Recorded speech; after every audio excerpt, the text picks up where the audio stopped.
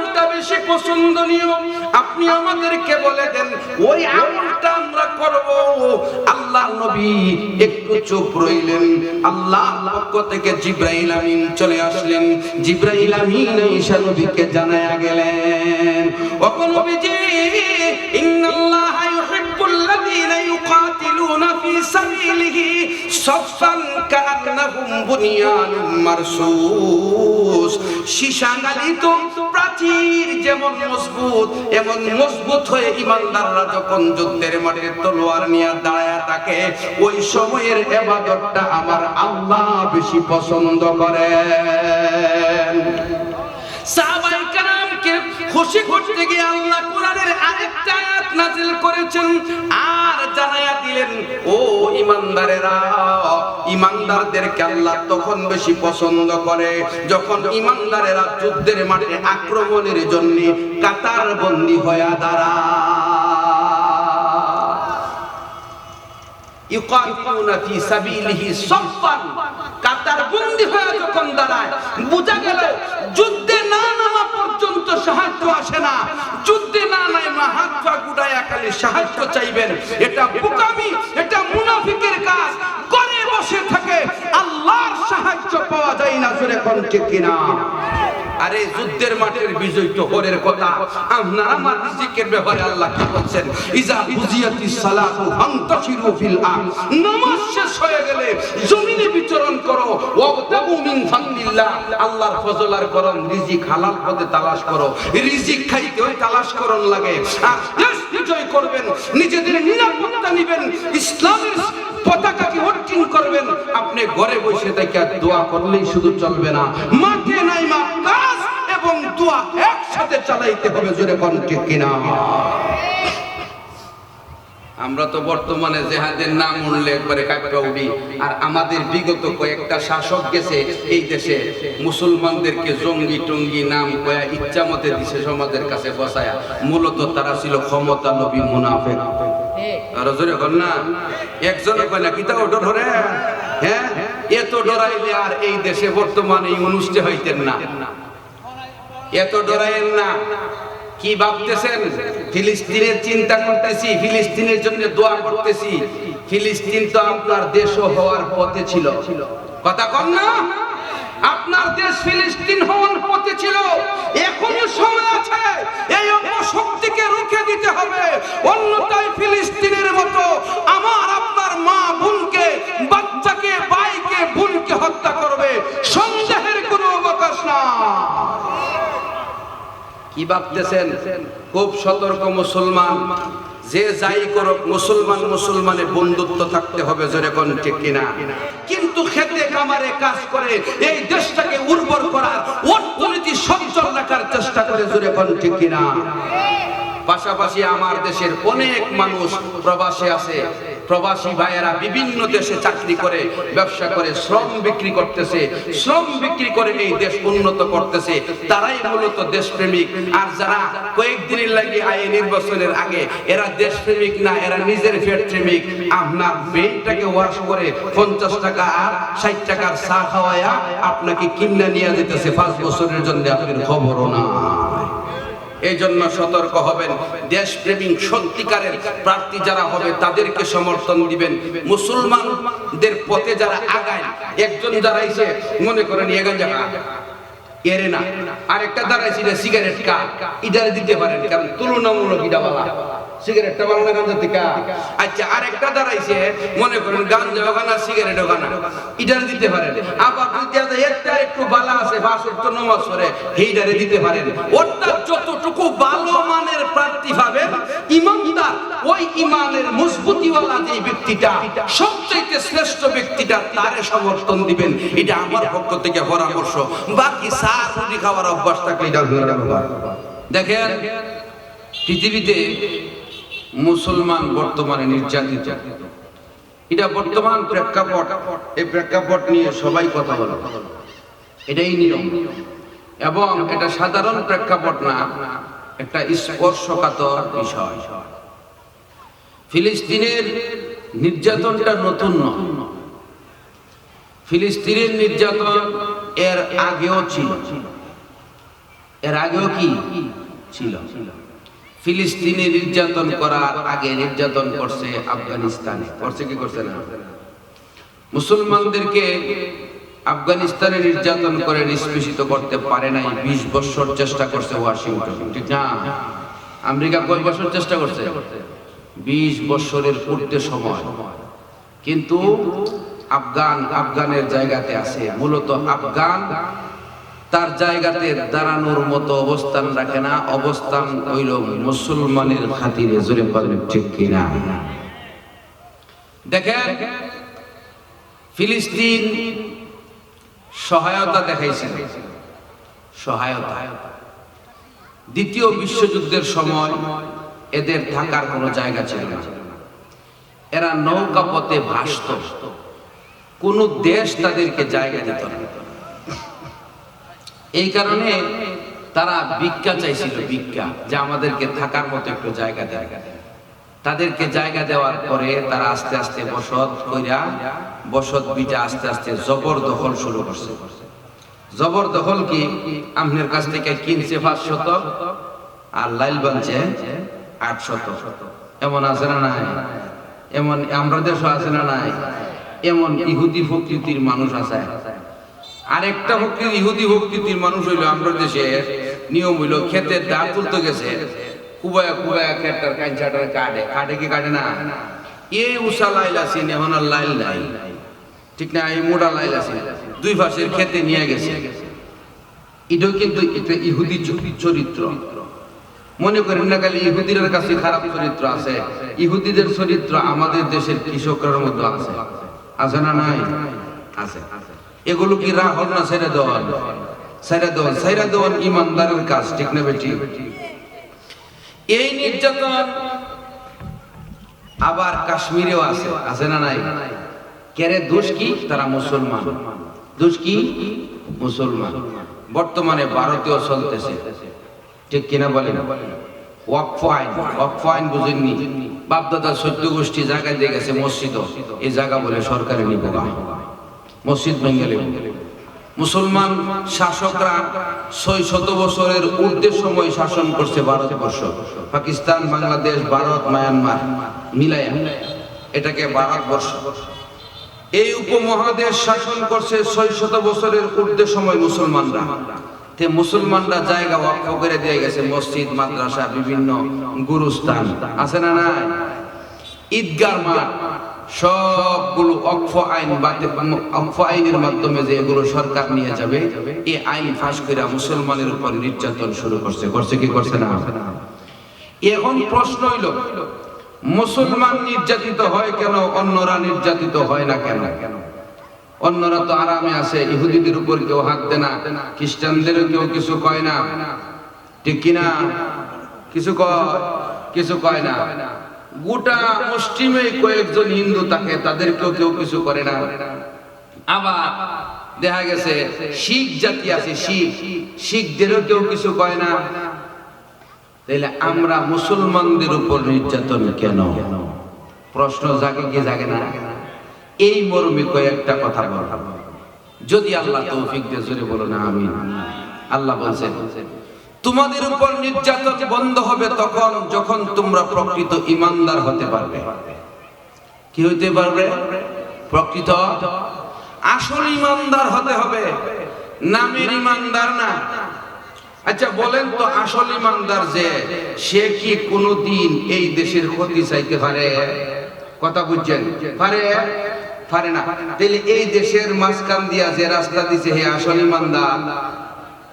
এই দেশের রাস্তা দিয়া মাল নিব, কোন ধরনের ট্যাক্স দিতে হবে না, সে কি আসল ঈমানদার?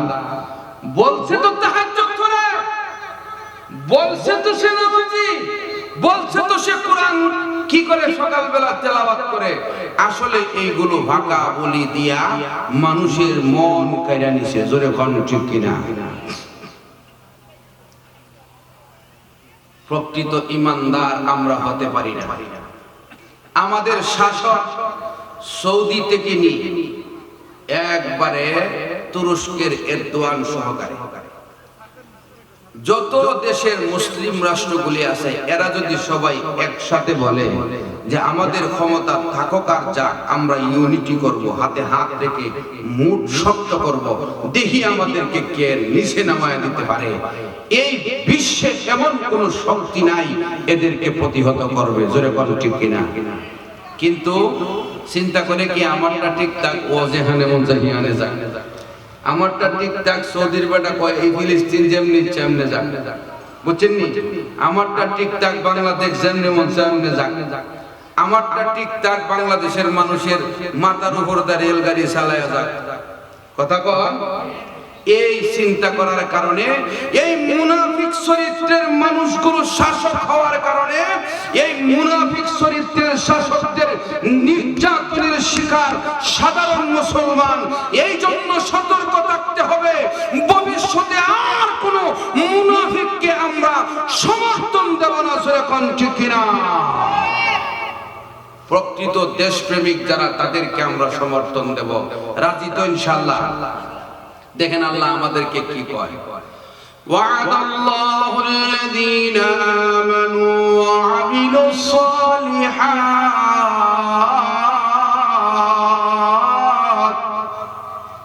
প্রথম নম্বর শর্ত, দুইটা শর্ত আলোচনা হবে।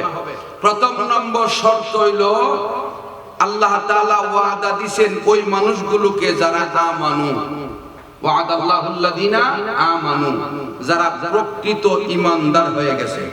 জোরে বলেন কি হয়ে গেছে? প্রকৃত ঈমানদার। প্রকৃত ঈমানদার যে, তার কাছে আল্লাহ ওয়াদা করছেন। এখন প্রকৃত ঈমানদার পৃথিবীতে আসেনি, হ্যাঁ, থাকলেও খুব গোপনে আছে, থাকলেও খুব নগণ্য আছে, জোরে বলেন ঠিক কিনা। কেন জানেন? মুসলিম সৈন্যরা এক সময় রাত্রে ঘুমায় রয়েছে। এই মুসলিম সৈন্যদের পাহারাদারির জন্য খালিদ বিন ওয়ালিদকে দায়িত্ব দেওয়া হয়েছে। কাকে? খালিদ বিন ওয়ালিদ রাসূলের সাহাবী। খালিদ বিন ওয়ালিদকে যখন দায়িত্ব দিয়েছে, খালিদ বিন ওয়ালিদ পাহারাদারি করতেছে, সমস্ত সৈন্য ঘুমে, তখন কাফেরদের পক্ষ থেকে 1000 সৈন্য নিয়ে মুসলিম ঘুমন্ত বাহিনীর উপরে ঝাঁপায়া পড়ছে। কথা বুঝছেন? খালিদ বিন ওয়ালিদ করছে কি, এদেরকে ঘোড়া যে আইতেছে দৌড়ে, ঘোড়ার উপর তারা কি রাখছে?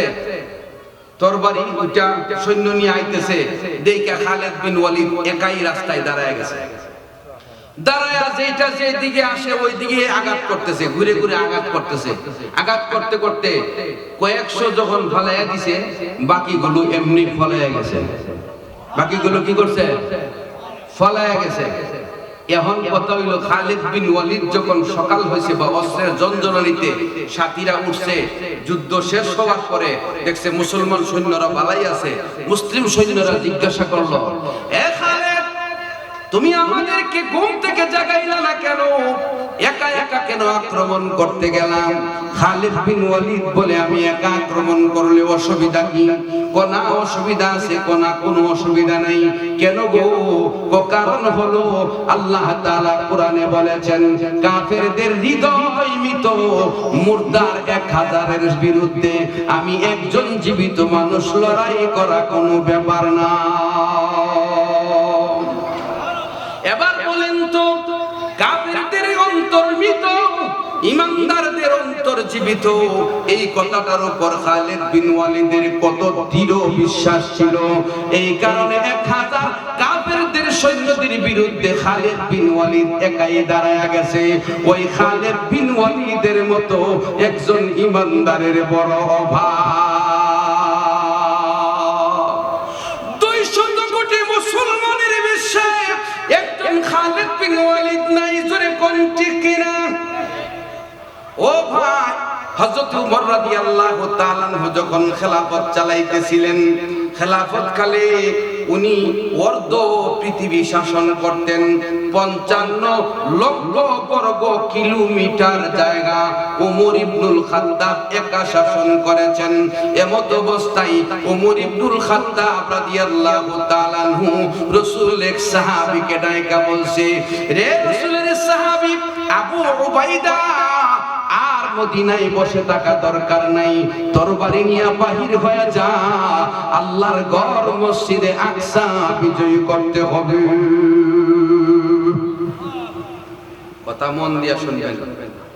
মসজিদে আকসা বিজয় করার জন্য যখন আবু উবাইদা রাদিয়াল্লাহু তাআলা রওনা করলেন, আবু উবাইদা ফিলিস্তিনের এলাকায় গেলেন, ওইখানে গিয়ে অবস্থান করলেন, আক্রমণ করবেন। আবু উবাইদা যেই দিন আক্রমণ করবে ওই দিন খ্রিস্টানদের দখলে ছিল তখন জায়গাটা। আমেরিকা কেন সহযোগিতা করে নেতানিয়াহুকে জানেননি, মূলত তারা দখল করে নিয়েছিল, তাদেরকে আবু উবাইদা রাদিয়াল্লাহু তাআলা এখান থেকে তাড়ায়া দিয়েছে। তাড়ায়া দেওয়ার কারণে তারা ওই পিছনের প্রতিশোধ নেয়। আবু উবাইদা যেদিন আক্রমণ করবে মসজিদে আকসা বিজয়ের জন্য খ্রিস্টানদের উপর, ওই দিন খ্রিস্টানদের কি প্রোগ্রাম ছিল জানেন? খ্রিস্টানদের প্রোগ্রাম ছিল ঈসা আলাইহিস সালামের পায়খানা পাক না না পাক এই নিয়ে বহস করত। কি করত? আমার কথা বুঝেননি? ঈসা নবীর পায়খানা পাক না না পাক এই নিয়ে খ্রিস্টানরা বহস করে। আর রাসূলের সাহাবী আবু উবাইদা যখন জাওয়ায়া করছে, তারা পলায়ন করছে, আল্লাহর ঘর মসজিদে আকসা বিজয় হয়ে গেছে। ও ভাই, খ্রিস্টানরা যেমন ভোগ বিলাসের পিছনে পড়িয়া সাধারণ মাসালা নিয়া ও প্রয়োজনীয় বস্তু নিয়া দ্বন্দ্বকালে তাদের জায়গাগুলো হারিয়েছিল, আজ মুসলমানেরা ও প্রয়োজনীয় বিষয় নিয়ে দ্বন্দ্ব করতে শুরু করি। আসল ঈমান আর আমলের চিন্তা আমাদের নাই, স্বাধীনতা সার্বভৌমত্বের চিন্তা আমাদের ভিতরে নাই। এই কারণে আল্লাহ রাব্বুল আলামিন বলেছেন, ওয়া'দাল্লাহুল্লাযীনা আমানু, আল্লাহ ওয়াদা করেছেন পৃথিবীর রাজত্ব দান করবেন, পৃথিবীর কর্তৃত্ব দান করবেন দুই গুণওয়ালা মানুষকে। এক নম্বরে হলো যারা প্রকৃত ঈমানদার, দুই নম্বরে হলো আমিলুস সালিহাত, যারা সৎ কর্ম করে, নেক আমল করে। ওই দুই গুণওয়ালা প্রকৃত ঈমানদার, ঈমানওয়ালা, আর একটা হলো সৎ কর্ম করনেওয়ালা। এই দুই গুণে গুণান্বিত ঈমানদার হয়ে গেলে এই পৃথিবীর শাসন আমার আল্লাহ ঈমানদারদের হাতে উঠায়া দিবে। প্রশ্ন হলো, বিশ্বের বড় বড় শক্তিধর রাষ্ট্রে মুনাফিকরা ক্ষমতায় বসে থাকে, আর প্রকৃত ঈমানদার আপনারা বলছিলেন আছে, মনে আসেনি? এরা হয় না কেন? এরা পায় না কেন? এর কারণ হলো প্রকৃত ঈমানদার যখন বাক্য নিয়ে আসে, প্রকৃত ঈমানদারকে সাপোর্ট দেয় না। ঠিক না বেঠিক? কত ঘুরছে একজন আলেমকে কি বানানোর জন্য, চেয়ারম্যান বানানোর জন্য, ভাই ঠিক না? আমরাও গেছি, আমরাও গেছি, কত করলাম। একজন আলেম একবার পাস করলো, কত কাজ করে দিয়ে গেল, দ্বিতীয়বারে বাক্য নিয়ে আসলো। মুনাফিক চরিত্রের মুসলমানগুলোর কারণে পরবর্তীতে আর বাক্যতে ভোট পাইল না। জোরে কোন ঠিক কিনা? প্রকৃত ঈমানদার যখন আসে, মুনাফিকেরা এদেরকে বিতাড়িত করতে চায়। ও আমার ভাইরা, হেফাজতে ইসলাম সংগঠনের মাহফিল থেকে ঘোষণা করতে চাই, ভবিষ্যতে আমরা আর কোন মুনাফিককে সাপোর্ট করব না, ভবিষ্যতে আর কোন ফাসিক ফুজ্জারকে সাপোর্ট করব না। ঈমান নিয়ে বেঁচে থাকতে হলে ঈমানদারকে সমর্থন দিতে হবে। ঠিক না বেঠিক? হিজরি ষষ্ঠ সনে 6 বছর হিজরত করে নবী গেছেন মদিনায়। কথা বুঝছেন? মদিনা থেকে ফিরে আসতে, মদিনা থেকে আসছেন মক্কাতে উমরা করার লাগি। হুদাইবিয়া নামক জায়গাতে অবস্থান করছে। হুদাইবিয়া নামক জায়গাতে 3 দিন অবস্থান করছে। উসমান পাঠাইছে, উসমান খবর নিও। উসমান গেছে, খবর আইছে উসমানকে হত্যা করা হয়েছে। 1500 নারী আর পুরুষ। কত শত? আর জোরে বলেন কত শত? 1500 নারী আর পুরুষ সাহাবী মিলিয়া উসমানকে কেন হত্যা করা হলো? পৃথিবীর আইন কেন লঙ্ঘন করা হলো? 1500 সাহাবায়ে কেরাম মক্কার বিরুদ্ধে বাইআত গ্রহণ করেছিল, যেই বাইআতের নাম ছিল বাইআতে রিদওয়ান। ওই বাইআতে রিদওয়ান যখন তারা উসমানের রক্তের বদলা নেওয়ার জন্য বাইআত গ্রহণ করতেছিল, আমার আল্লাহ বলে ইয়াদুল্লাহি ফাওকা আইদিহিম। 1500 সাহাবায়ে কেরাম যখন একজন আরেকজনের হাতের উপর রাখা আমার নবীর হাতের নিচে বয়াত গ্রহণ করে, আমার আল্লাহ বলে তখন আমি আল্লাহর হাত নবীজির হাতের উপরে ছিল। অর্থাৎ আল্লাহর সাহায্য বিদ্যমান ছিল। ও আমার ভাইয়েরা, ওই 1500 সাহাবায়ে কেরামের মতো জজবাওয়ালা ইমানদার পৃথিবীতে আজ নাই, বয়াত গ্রহণ করনেওয়ালা আজ নাই। এই কারণে আজ মুসলমানদের উপর আল্লাহর সাহায্য আসার ব্যবস্থা নাই। 1500 জমা হয়ে দেখেন আল্লাহ তাআলা সাহায্য করবে, জোরে কোন ঠিক কিনা? ও আপনার বাড়িতে হঠাৎ করে আসমান থেকে আল্লাহ ঠাডা ফলাই দিয়ে ইহুদিরে মাইরা লাইব, আর আপনি আচ্ছা বইলা বইয়া থাকবেন, এটা ইমানদারের দায়িত্ব। কি কোন ইমানদারের দায়িত্ব? আল্লাহ নবীকে সাহাবায়ে কেরাম প্রশ্ন করে বলবে যে আইয়ুল আমালে আহাব্বু ইলাল্লাহ, আল্লাহর কাছে কোন আমলটা বেশি পছন্দনীয়?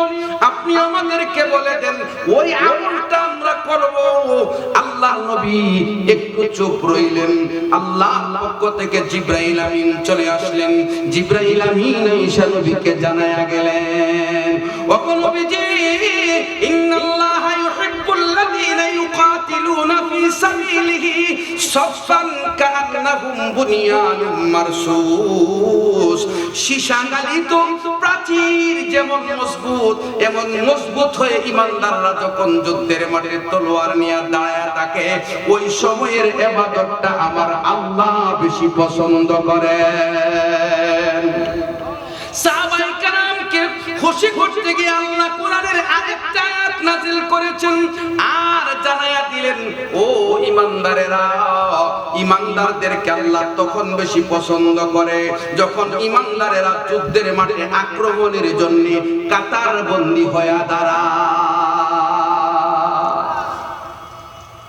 ইউকাতিলুনা ফী সাবিলিহি সাফফান, কাতারবন্দী হয়ে যখন দাঁড়ায়, বোঝা গেল যুদ্ধে না নামা পর্যন্ত সাহায্য আসে না। যুদ্ধে না নামা হাত পা গুটায়া খালি সাহায্য চাইবেন, এটা বোকামি, এটা মুনাফিকের কাজ। করে বসে থাকে আল্লাহর সাহায্য পাওয়া যায় না, জোরে কোন ঠিক কিনা? আরে যুদ্ধের মাঠের বিজয় তো হরের কথা। আপনারা আমার রিজিকের ব্যাপারে আল্লাহ কি বলছেন? ইজা বুজিয়াতিস সালাতু ফান্তাশিরু ফিল আরদ, নামাজ শেষ হয়ে গেলে জমিনে বিচরণ করো। ওয়াবতাগু মিন ফাদলিল্লাহ, আল্লাহর ফজল আর করম, রিজিক হালাল পথে তালাশ করো। রিজিক খাইতে ওই তালাশ করন লাগে। আর দেশ বিজয় করবেন, নিজেদের নিরাপত্তা নেবেন, ইসলামের পতাকাকে উত্তোলন করবেন। আপনি ঘরে বসে থেকে দোয়া করলেই শুধু চলবে না, মাঠে নাইমা কাজ এবং দোয়া একসাথে চালাইতে হবে, জোরে কোন ঠিক কিনা? আমরা তো বর্তমানে জেহাদের নাম উঠলে একবারে কাঁপা উঠি। আর আমাদের বিগত কয়েকটা শাসক গেছে এই দেশে মুসলমানদেরকে জঙ্গি টঙ্গি নাম কয়া ইচ্ছা মতে দিছে সমাজের কাছে বসায়া। মূলত তারা ছিল ক্ষমতা লোভী মুনাফিক। আর জোরে কর না, একজনে কয় না কিতা ওটা ধরে, হ্যাঁ এত ডরাইলে আর এই দেশে বর্তমানে এই অনুষ্ঠান হইতেন না। এত ডরাইয়েন না। কি ভাবতেছেন? ফিলিস্তিনের চিন্তা করতেছি, ফিলিস্তিনের জন্য দোয়া করতেছি। ফিলিস্তিন তো আপনার দেশও হওয়ার পথে ছিল, কথা কন না? আপনার দেশ ফিলিস্তিন হওয়ার পথে ছিল। এখনো সময় আছে, এই অপশক্তিকে রুখে দিতে হবে। অন্যথায় ফিলিস্তিনের মতো আমার আপনার মা বোনকে, বাচ্চাকে, ভাইকে, বোনকে হত্যা করবে, সন্দেহের কোনো অবকাশ না। কি ভাবতেছেন? খুব সতর্ক মুসলমান, যে যাই করুক মুসলমান মুসলমানে বন্ধুত্ব থাকতে হবে, জোরে কোন ঠিক কিনা? কেন থাকতে হবে? আল্লাহ রাসূল নিজে বলেন, আল মুমিনু লিল মুমিনি কাল বুনিয়ান। আল্লাহ রাসূল বলছেন যে এক একটা ঈমানদার আরেকটা ঈমানদারের জন্য একটা দেয়ালের মতো। দেওয়াল চিনেন তো? দেওয়াল, আচ্ছা দেওয়ালের যে ইটগুলো আলাদা আলাদা সুড়ায় ফলায় রাখলে খুব মজবুত থাকে, হ্যাঁ, আর একটা ইটের উপর আরেকটা ইট দিয়া একটু বালু মর দিয়া লাগাইয়া দিলে কতটুকু মজবুত, দেওয়ে বাইরে ভাঙতারে না।